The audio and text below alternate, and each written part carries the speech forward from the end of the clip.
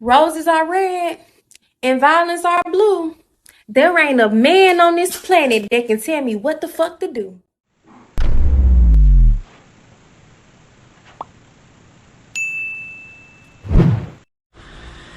Oh, good afternoon, everybody. It is a non-breezy, very still 97-degree day. Heat index is approximately 108 right now. But as you can see, I have my Mazda in the garage cooling off a little bit. I just put some trans tune in the transmission because it is still slipping.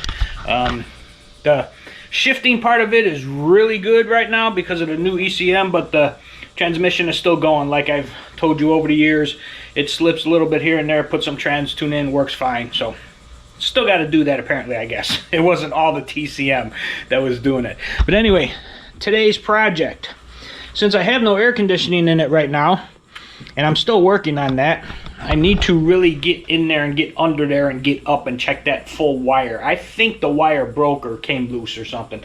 Because when I kick it on, everything goes on. The fan comes on, light comes on, like it's working. There's just no power getting to the compressor to turn it on. It could be the compressor, yes, but I'm not 100% sure yet. But anyway, today's project. Since I don't have air conditioning, I bought this cheap little set of vents. That's the wrong one. For the car here to go over the windows because, and here's why. When I take it to work, when I'm sitting in the parking lot, the sun is hitting the car full blast the entire time I'm at work, and I can't really crack the windows open to let the heat out because of the rains, because of the morning afternoon rains, and they're torrential downpour, so I can't crack it open at all. I mean, I could and then go out and shut it off, but I don't always see out the window when it's raining.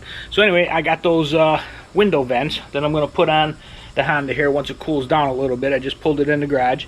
I'm going to put those on, that way I can leave the window cracked, you know, good, you know, probably inch or so, all four of them, to let the heat out, so when I get in the car after work it's not as hot.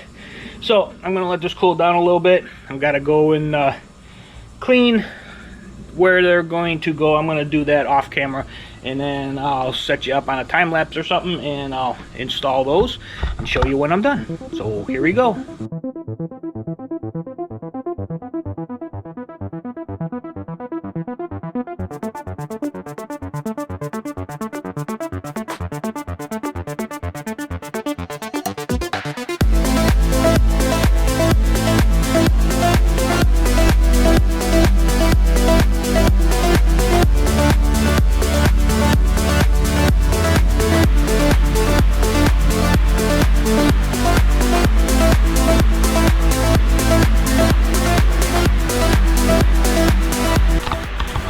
Alright, well there you go guys. The driver's side is done, and I did forget to clean it with alcohol before I stuck it on. But hopefully it'll be alright. If it starts coming off, I'll just refasten it. Now I'm going to do the passenger side too. I'm not going to show you that. It's basically the same process, but I'm going to put them on there. But this time I am going to hit it with the alcohol because I completely forgot about it. But yeah, I'm going to do that now, and then I'm gonna pull it out in the sun and let the sun bake that glue on there to hold them in tight, and hopefully that'll keep my car cooler while I'm at work until I can figure out if I'm gonna fix the AC or not. Anyway guys, still very still out, no breeze, very very hot and humid today. Later. A little later. Alright guys, now that it's out in the sun, you can get a better look at them. They look kind of sharp. They look kind of sharp. These were actually cheaper than the ones I got for the Honda, and they're actually wider than the ones on the Honda, and they actually got a little bit of a design to them, which is actually kind of cool. Because if you look at the ones on the Honda here, they're just pretty plain.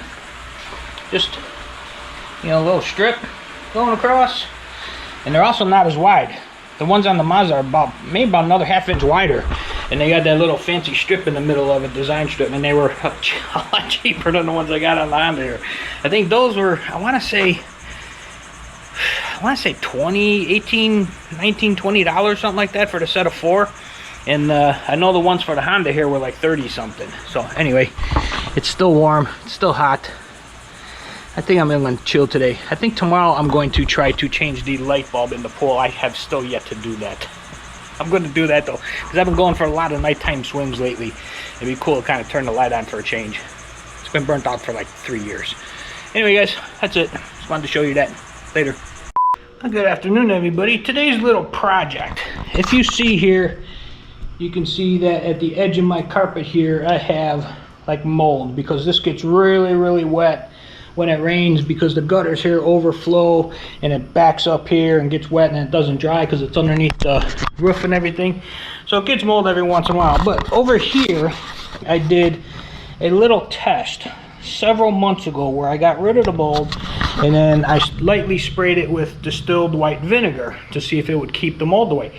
And it has. It hasn't come back. It's been probably 6 to 8 months since I did that and it hasn't come back. So what I'm going to do today, I'm going to go down the rest of the way here, or at least most of it. It's getting late, but at least most of it, get that off, and then once it dries I can come back and spray it with distilled white vinegar and it will keep the mold from coming back for an extended period of time. It's not going to keep it away forever, but the distilled white vinegar actually kills the root of mold. Because like if you use bleach on the surface, you got to kill the surface, but you got to kill the root, otherwise it's going to keep coming back.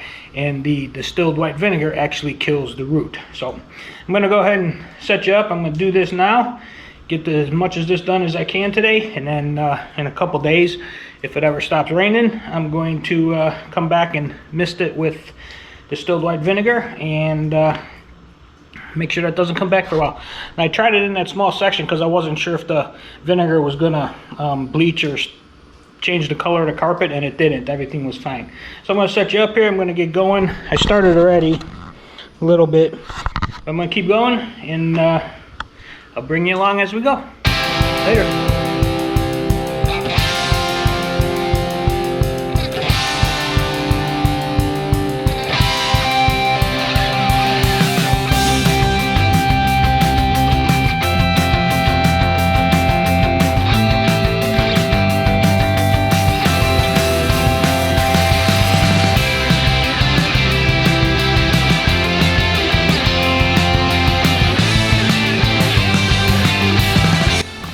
Alright guys, as you've seen, I did this little area here. Now you can see this whole carpet out here needs to be cleaned. That I just rinsed off with the thing. That's all dirt and dust. It does need to be cleaned. But I went as far as over here.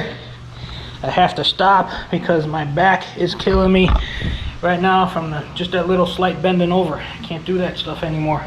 But I got this little section left to go, which I probably do tomorrow or the next day. It's getting ready to rain out here. I'll take a look. Kind of hear the thunder a little bit, getting ready to rain. Still need to clean the gutters. It's been 130 degrees every day, so I'm not going up on the roof. Try to do it maybe this fall. Can't seem to find anybody to come out and do it, so I guess I'm gonna have to do it myself. But it's gonna be the last time, because once I get that done, I still have the covers there that'll keep all that crap out of it from now on. But yeah, gonna go sit down now because my back is killing me. I will finish that little section there probably tomorrow, and then I'll come back once it's all dry and I'll spray it with distilled white vinegar, and it'll keep it from coming back for a while. So anyway guys, that's it for now. Later.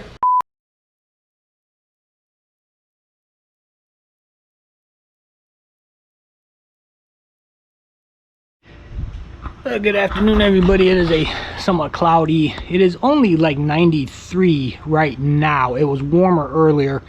Looks like we got some rain coming in and everything. But anyway, the 401k saga. I did on Saturday get the form that I needed to fill out. I opened it up, I read it, had to take it to a notary because I had to fill it out with a notary. It had to be notarized, proving that this is my address, because now the address is wrong on the 401k. I already fixed the birth date. That is correct according to her when I talked to her, but she said the address was wrong. So she sent me the form. I got it Saturday. Just got home from the bank and talked to them about it.